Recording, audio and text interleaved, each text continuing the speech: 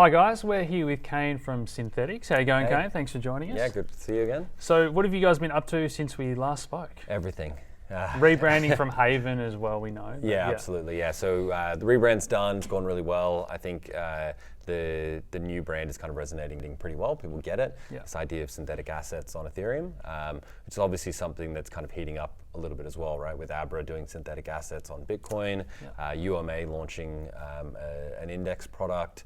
So there's a lot of activity in the space at the moment. Yeah, we've had DX Exchange and Arbor on the channel recently, so I think people are finally starting to get their head around this concept that you can launch an ETF as a token as well as your pegged Aussie dollar or US dollar. So there's been some talk around whether or not these pegged assets are security. So what are your thoughts on that? I mean, it kind of comes down to the jurisdiction, obviously, and the main one that people are concerned about is the US. And I think for sort of prudence, a lot of people will avoid. I think my understanding was UMA wasn't selling to US customers, as an example, this ETF product or this indice token product. So, again, obviously everyone who is issuing things or building things needs to kind of consult with their own lawyers in that jurisdiction to make sure that what they're doing is going to be acceptable. But, fundamentally, our view is that, when you're building a synthetic asset on Ethereum, as we are, and you're building it using crypto as collateral, that you're tracking the price of an asset, you're not representing that asset. So we're pretty comfortable with, certainly, within Australia, what the, kind of view is of our token. So you guys have put out synthetic different currencies, and you've got the gold token as well now. And silver. And silver. Anything else you can share with us about possible future plans or where you want to take absolutely. So there's a number of things on our roadmap. They're getting pretty close. One is we have changed the monetary policy. So we're now kind of ramping up the incentives using an inflationary supply.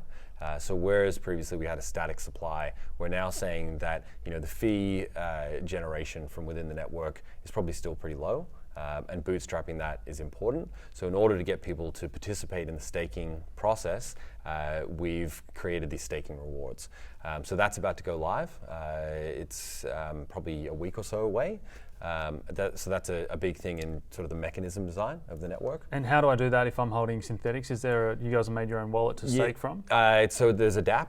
You can go to Minter, and if you're holding, if you're holding SNX, you go to Minter, you stake, and then based on your performance, so essentially you need to maintain the right collateralization ratio, your kind of contribution to the network, you get proportional rewards. And that's done on a weekly basis. Yeah, and for those that want to go to Minter, It's minter.synthetix.io. Fantastic. Yeah. So anything else you want to share with us today, Kain? So that's obviously one thing, but the next thing that we're working on is actually an inverse Bitcoin index.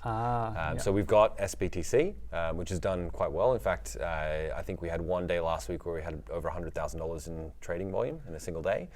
Which is pretty good. So the next thing is to create an inverse BTC index, so you get exposure on the downside. So this is very similar to DYDX is a project we've covered on the channel. We're starting to make these other double and triple leverage products as tokens, and you guys are starting to do an inverse Bitcoin, so you can make money when it goes down. That's very cool. Yeah. Awesome. Well, thanks for joining us today, Kain. Thanks very much. Great to see you. See ya.